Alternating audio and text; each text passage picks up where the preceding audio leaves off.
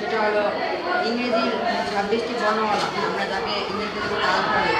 এই আলফাবেটগুলো বলতে গেলে অনেকের সমস্যা হয়, যেমন কেউ আমরা প্রথম আগে ABCD, কিন্তু এটা এটা ভুল, এটা ঠিক না। যেটা সঠিক হচ্ছে সেটা হচ্ছে এটাকে বলতে হবে ABCDEFGHIJKLMNOPQRST VUVWXYZ।